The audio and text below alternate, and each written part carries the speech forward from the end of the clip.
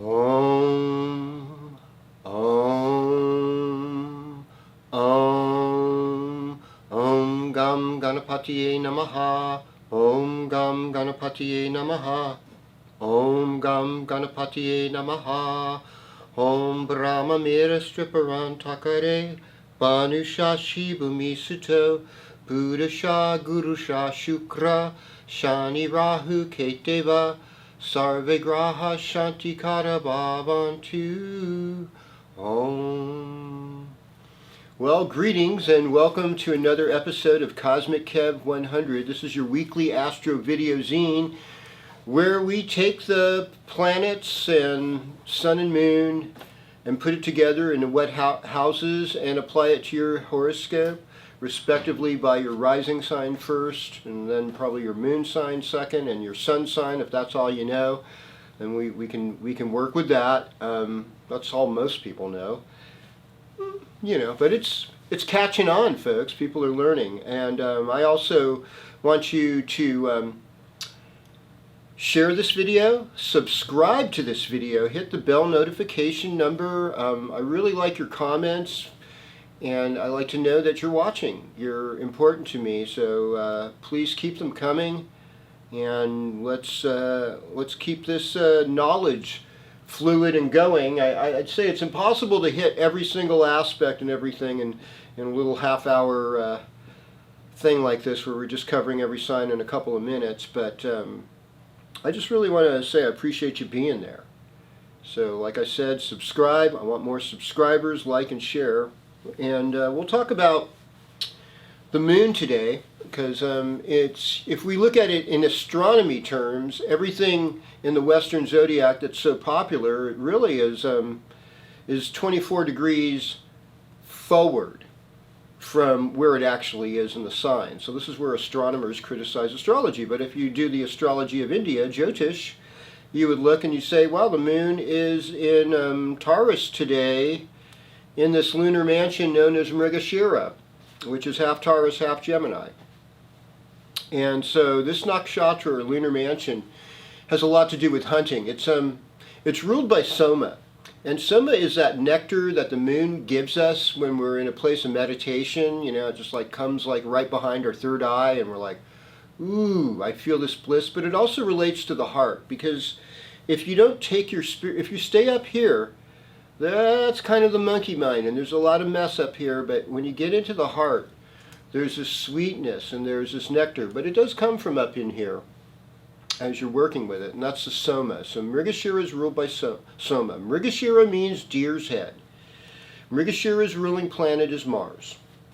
The Mars-ruled nakshatras are Mrigashira, Shitra, and Dynista.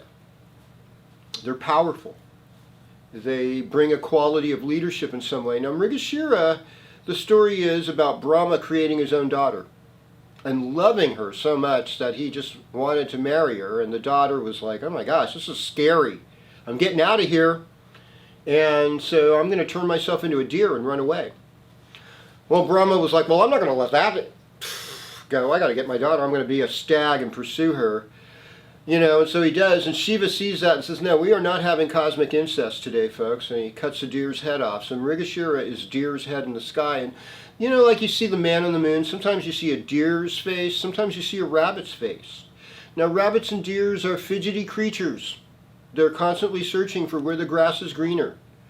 And so a lot of, like today, there might have been that, oh, I'm hunting for the best deal. I'm trying to go someplace next weekend, and you know, where's the best Airbnb or hotel I could stay at? How am I going to negotiate this and do this in this time? Yeah, and so we associate Mrigashira with hunting. And so since it's half in Gemini and one half in Taurus, you know, so there's this Venus and Mercury thing. Those are Raja planets. Raja planets are planets that give us passion, but they never satisfy, because we never have enough love, Venus. We never have enough money, Mercury. We never have enough information, Mercury. We never have enough creativity, Venus. So, and then there's Mars, and Mars is like just enough to like, we're going to get it anyway.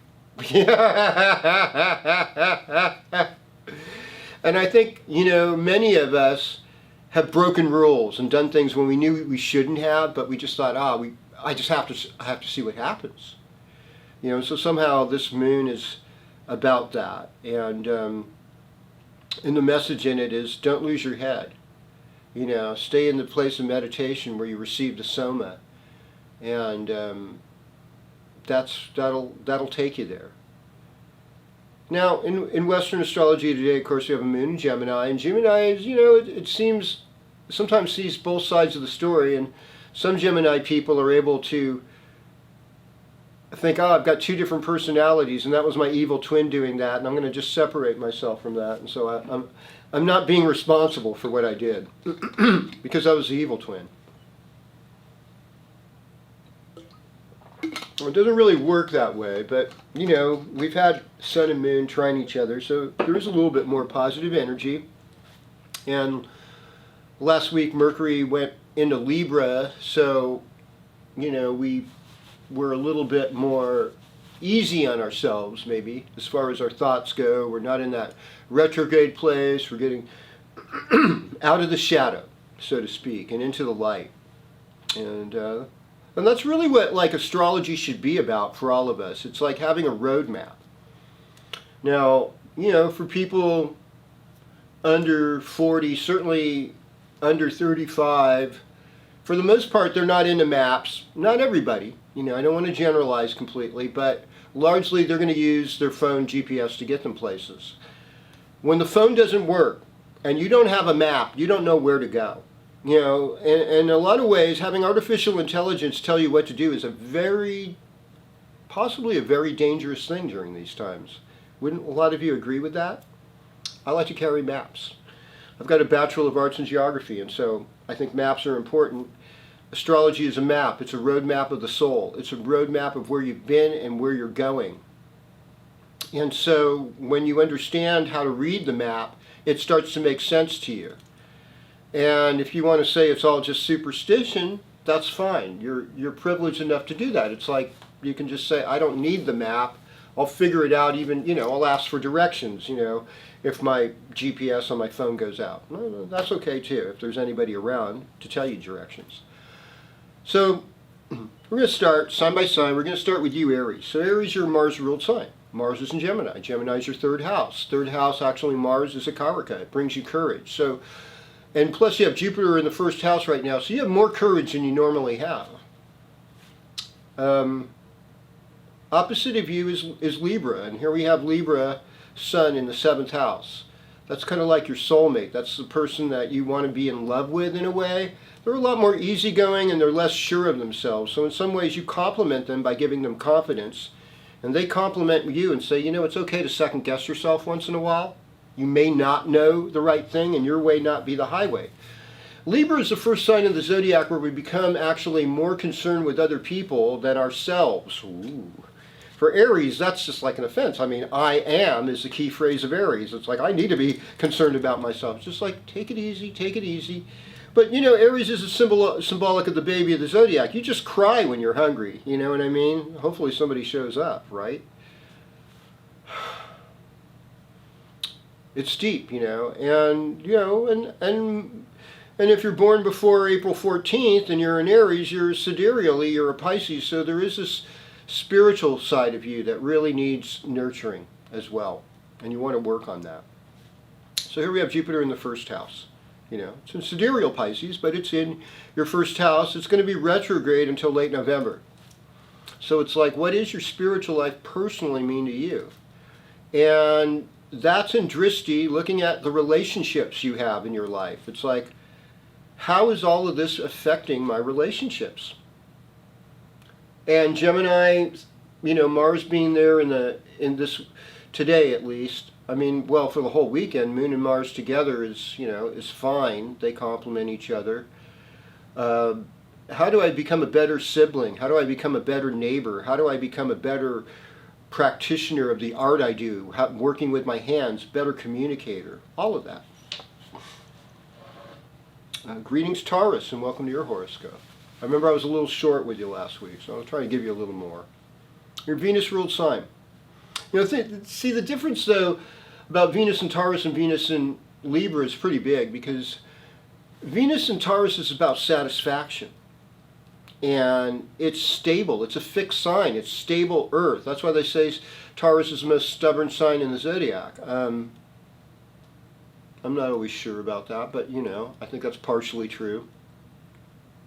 And it's because when you're happy, why do you need to look for something else? You know, and so in a lot of ways, that stability, that groundedness of Taurus is like that. Venus in Libra, where it is now, it is not stable. It is a wind blowing around and it wants more. It's like, I don't know if this is right for me. I want to look over here. There's other things, like I'm really good at initiating relationships. So, hey, here I am initiating things. You know, and it's in your sixth house. And the sixth house can also be a house of obstacles. It can be a house of health issues. It can be a house of, you know, coworkers. You know, some are nice and friendly. You know, on a mundane level, wear something nice to work. You know, I mean, sometimes we have to do work where we get greasy or dirty, and it's not always possible to dress in our nicest clothes. But if that's not you, wear something nice. It'll protect you. It'll help you feel better. Even getting new work clothes isn't bad either. You know, it's just like, oh yeah, this is good. I'm going to do this. And I think with Mars and Gemini too, it's like we have to be careful about not being too harsh with our speech, because that rules the second house. I mean, most of the time you're so chill and everything's really cool, but, you know, there is a time. Don't poke the bull. Okay? All right, greetings, Gemini. Welcome to your horoscope. You know, tend to be full of energy and full of curiosity. The Mercury of Gemini is about the macrocosm. The Mercury of Virgo is more about the microcosm. Now, Mercury's in Libra, and that's about where relationships go. And what kind of things make us happy too. You know, I heard that overall there's a slight tendency for men to be more concerned about things and for women to be more concerned about people and relationships. So I would imagine if you're female Gemini, especially if you have children, because this is Mercury in the 5th house, you're really concerned about what's happening with them. And even if you're a good father, you're going to be concerned about your kids right now. And everything is children because it's 5th house. Everything is about education. It's about performance if you're a performing artist. And it's also about what is the legacy that we're leaving this world? What are we giving to others in this whole process? So there's a lot to think about here. There's a lot to contemplate. There's a lot to grab hold of our attention. Now we combine that with an active social life, you know, having Jupiter in the 11th house right now, and having, we began the weekend with Moon in Gemini, but by tomorrow morning it's going to be in Cancer, so it's going to be in the 2nd house. This could be a weekend where you make money. If you're like a Gemini crafter and you're at one of those pop-ups or little fairs, this is a great time for you to achieve some success. All right. Greetings, Cancer, and welcome to your horoscope. So, I mean, Libra rules your 4th house, so how Cancer-like is that? And it's really interesting how the air signs that are that happen that are either cardinal or fixed or mutable, depending on what kind of water sign we are, they're going to be in that house that rules your planet, you know. And so it's just something really interesting I've noticed about this. So how do we initiate emotional depth with people? It's like, I really don't want to talk about superficial stuff.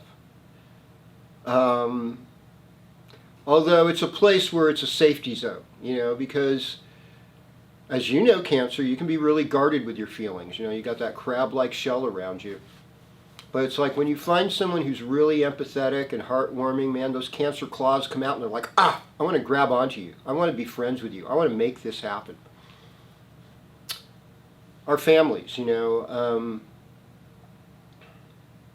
definitely like evolved more out of tribes and clans and things, but things aren't always happy in families. And a lot of times there's misplaced aggression where we take things against each other, and we have to realize that resolution is more important than revolution.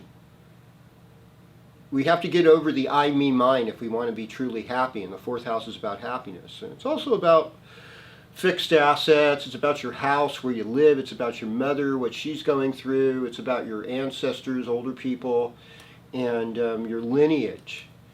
And it's like, I love stories about tribes making alliances, how people make alliances with each other. And the thing about astrology is we're all under this one sky, folks. You know, even though we might be separate sun signs, rising signs, moons, or whatever, and things are affecting us differently, we're all feeling this stuff, you know? So if we, and I've heard that we're all extended family by 13th cousins. So I'd say this week, it's just like the best we can do is make everybody family. Greetings, Leo. Welcome to your horoscope. So Libra time, third house. Considered debilitation of the sun. It's also a sun sign that says I harmonize, or we balance. So how do we bring balance in our life? One thing that it's painful for those of us with Leo in our chart in some way that's strong is to realize that we can't do everything. Although we like to, we're often good at a lot of things. It's really helpful, though, to have many servants. Many people help us. In the Vedic lunar mansion of Maga, which is only partially tropical Leo, it's like extends from like about October 16th through the 30th, 31st of August. You know, so part of it's Virgo too. But it's just like having help, man. It makes all the world a difference. And I think that's a really good message for Leos this week. It's like, hey, you know, use your siblings if they want to help you, or friends that you knew back in high school or college. You know, these, or your neighbors want to help you. Allow them to help you. You know, we invest in each other. Now there's people that just ask for help, and there's people that give help, and it's important in Libra time that we realize we need to have a balance of both. And this is also a great time to write a journal. And they say that successful people often journal or write something every day. I find writing lists is helpful. And anything you can do with that, some people probably do it electronically, but I think sometimes just the old school way of making a hard copy on just some paper is it's a nice exercise. I think what we're working on here is improving all our relationships. And so, you know, the opposite of Leo is Aquarius, you know, and Saturn's in your 7th house. So it's like long-term relationships, making relationships that are built to last. That's really part of your message this week. All right. Greetings, Virgo. Welcome to your horoscope. So for you, it's like taking care of your teeth. Possibly learning how to accumulate some wealth, you know, things that last. What are your personal assets? How well do you take care of them? It's easy to let things slack, you know. If you're a farmer and you've got bugs, you got to pick off those bugs, or, you know, you've got to use yourself some kind of appropriate measures that won't poison your food or other people or your water in order to deal with what's threatening your crops. Yeah. So knowing that is super good. You know, that's going to help. That's going to enhance where you're at right now. We're taking care of the artha, the art of living right now. How do, you know, we can make some money, we can make some investments, we can prepare for the future during this time. We also have to, you know, with Jupiter in the 8th house, we want to consider what other people's needs are, and that how other people help us, and be grateful for that help. You know, I think one of the things that we Virgos forget is that gratitude elevates our latitude. You know, we become higher up as people if we have more, give more thank you cards, give more compliments, see what's good in the world instead of seeing what's wrong with the world. And using your voice to do that is going to take you everywhere this week. Greetings Libra, and welcome to your horoscope. So, you're always in the balance, and like I said, you're the flavor of the month, and you have been since the evening of the 22nd of September. So here we are, we're just kind of like winding down with stuff. What's going to go on between now and the 21st, and by the 23rd we'll be in Scorpio season. So basically there's the last 9 days coming up of your reign of power. I don't know too many power hungry Libras. There's definitely some exceptions to the rule, for sure. And I mean, whether it's your rising sign or your sun sign, you're a Libra and you're in leadership, you're a lot more vulnerable to criticism, because they're like, oh, they're too wishy-washy. Oh my gosh, they're trying to please everybody. It's like, right now though, you're looking pretty executive. This is probably one of the best leadership roles that you've been able to take on right now. It's like you're showing something. You're showing what you're made of. And your desire for improvement in every area of your life is being fortified by the people around you. It's not too bad, really. It's not too shabby. Your relationships, love relationships can be flourishing, especially if together you work on a spiritual purpose, because that's what Jupiter does. I think Jupiter in the 7th house is a little more favorable for cisgender women trying to get a husband, or boyfriend. This probably is working for you. Everybody else, it's like, be the best partner you can be. Bringing in that generosity, bringing in those good qualities, no matter who you are, is going to make this thing work. It's going to make things float. It's going to make things sing and sail. And, dealing with whatever your limits are in your creative process, just take your time, Saturn is really patient. So Saturn's in the 5th house, and it's all about just being patient, just taking it easy, taking steps, write things down, try to reach goals, cross them off.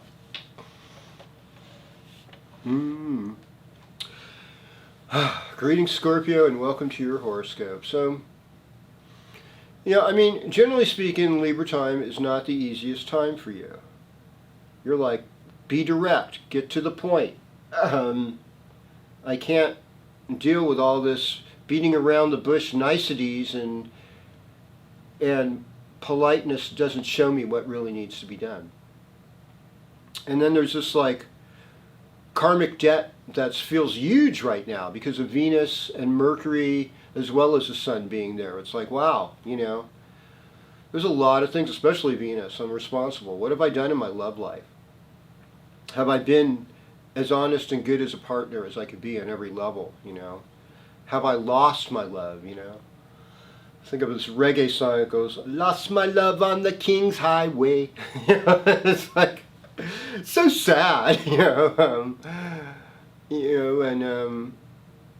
but one of the things about loss, translating a house of loss, is that there's this openness, and there's this spaciousness, and there's this freedom to move. Now, when you're caught up in grief, there's not a heck of a lot of freedom, because you're bound by that scary feeling of grief. This feels sad. This feels lonely. But when we can open up and say, I'm okay. Other people go through this thing. So I can learn from this experience. Ooh. How much better we are to receive. So keeping a gratitude practice going on during this time, and say, you know what, I'm grateful for what I had. How beautiful that is. And I know there will be more eventually. And you're taking the steps, Later on this week, you're going to start feeling better. Even as we go through this weekend, you're going to be feeling better. So that's important to know. And it's important to give yourself a lot of self-nurturing. Make sure you get enough sleep. Pay attention to your dreams. They have messages for you. And, take care of your health. Let your health get better, improve. Jupiter helping you in that 6th house. Greetings Sagittarius, welcome to your horoscope.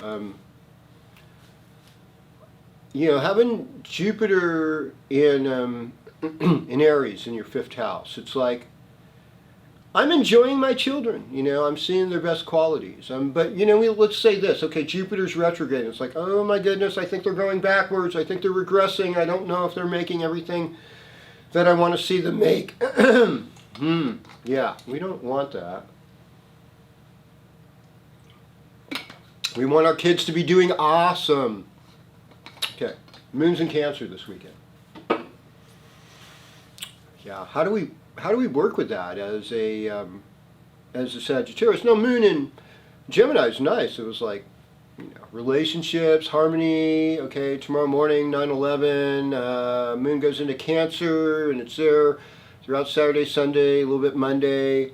How do we adjust our mood when we have to confront other people's power and a sense of not in control over things, and sometimes expenses. Expenses can sometimes come up when Moon's transiting your 8th house. So just like looking at that and just staying chill. Libra time, for you, that's your 11th house. It's social connections that are actually really helpful. So there's some help for you, even though there's some loss. I mean, generally speaking, I think you're in a place of a lot of good fortune.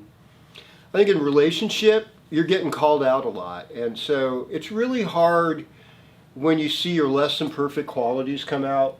I have this friend who's got that in her chart, her Saturn comes in my 1st house. And it's just like, oh my gosh, did you have to tell me I'm failing there too? It's just like, God, this is so miserable. But I'm actually grateful for this person because it's like, honestly, I want to do better.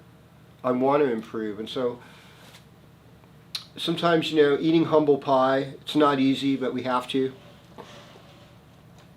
Here we go with Capricorn. Well, greetings, Capricorn. Welcome to your horoscope. So, Libra rules your career house. Boop, boop, boop, boop, boop. And right now, you look pretty executive. You look like you've got things under control. And that your best qualities are coming out. You're showing up with intelligence. You're showing up with creativity. I mean, yep, keep it coming, right? And you have a sense of inner happiness right now, too. That's good. Okay, so this weekend, it's all about relationships, right? With the Moon in Cancer. And it's interesting. It's like Cancer is about family business and Capricorn's about big business. A lot of Capricorn people are much more comfortable at work than they are with the home life. But it's like, this weekend would be a good weekend to pay attention to home. It'd be a good weekend to pay attention to your relationship with family. And also, even in the workplace, how can we treat people at work like they were family in a good way? Just that kind of more sensitive place. And I know there's some people in toxic families and it's not good, and I understand that. And I'm really sorry that had to be your experience. But hopefully, like eating humble pie, it's just like, well, let this teach me to be better with my own family, with my own people, with all my relations. Let me do better. That's what Libra time's about. We're trying to do better, trying to get in balance. Greetings, Aquarius, and welcome to your horoscope. Yeah, this is a time, I mean, and things are improving. I mean, like I said, it's not as bad as things were for you a few weeks ago. Things are picking up on every single level, and so that is so positive. We want that uplift right now, and we want to celebrate that uplift. And so all these planets in Libra are in your 9th house. 9th house is about education, it's about foreign travel, it's about foreign cultures. It's considered the luckiest house in the zodiac. Now, Capricorn, you have a good relationship with Venus. I mean, Aquarius has a good relationship with Venus. Aquarius has a good relationship with Mercury. They're in a fortunate house right now. Aquarius' relationship with the Sun is a little questionable. Why? Because it's like, I like to challenge authority. How dare they come up there and teach me anything? It's like, well, it's got to start somewhere. And we can learn from each other. That's what I would say. Even though in the old Vedic story of the son Surya being confronted by his son Cheni for not supporting his mother and stuff like that, the son eventually said, yeah, you know what, you're right, and I bow before you for your wisdom. And that's ultimately what I have to do with Saturn type of confrontations in my life. But right now, embrace it. Maybe you are a teacher right now and people are challenging your authority, and just embrace. The more we can embrace, the more at peace we'll be. And you've got it in you to be a great teacher this week and to learn some great lessons.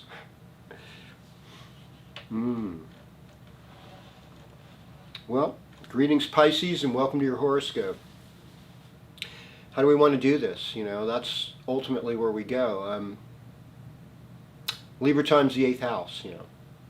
8th house is about transformation.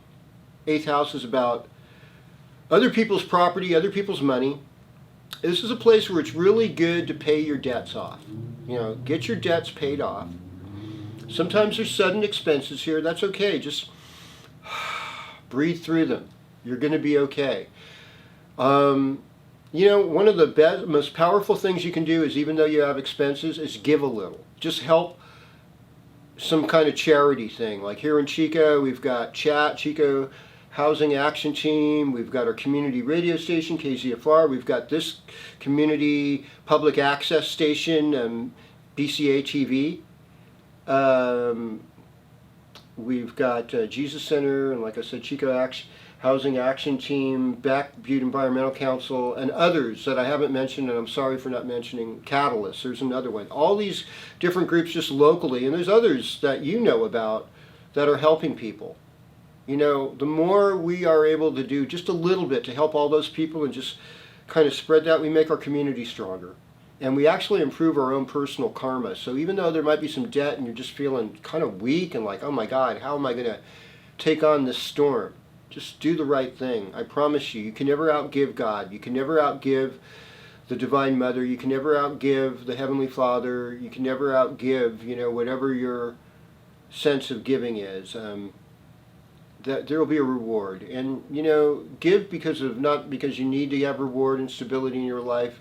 It's partially okay, I think, to do that, but mainly give because you know it's important to be responsible to create more love, more security, more stability in the world, especially for those who are less fortunate. There is a comeback with it. There is a karma with that. And I think Pisces, you're the most karmic sign in the zodiac. I think you understand these things better. Anyhow, this weekend looks great for Pisces. I want to say that because of the moon being in Cancer. It's like, oh, fun, children, creative projects, celebrating life, being in your heart. These are all good things. And, you know, you're making money. This is a good, you know, Jupiter is helping family relationships. It's helping you in your getting a voice and speaking, and it's bringing in more opportunities for wealth. And, you know, maybe things, I'd say keep on preparing for that, because when Jupiter rather goes direct in late November, the wealth is going to come in. And thank you so much for being here and watching this video. Please don't forget to subscribe if you haven't subscribed already, been a subscriber. Maybe you've got a friend who loves astrology. You could share this on their social media page, or just encourage others to go in and give it a like, give it a thumbs up. Thanks for your comments. You people are lovely. Even though I have one that's like a / question mark person. Hey, I love you too. I just want you to know I love you, Shant, and all these other folks commenting, Melissa, Rebecca, all you people. Keep it coming. Much love. Om Shanti, Shanti, Shanti.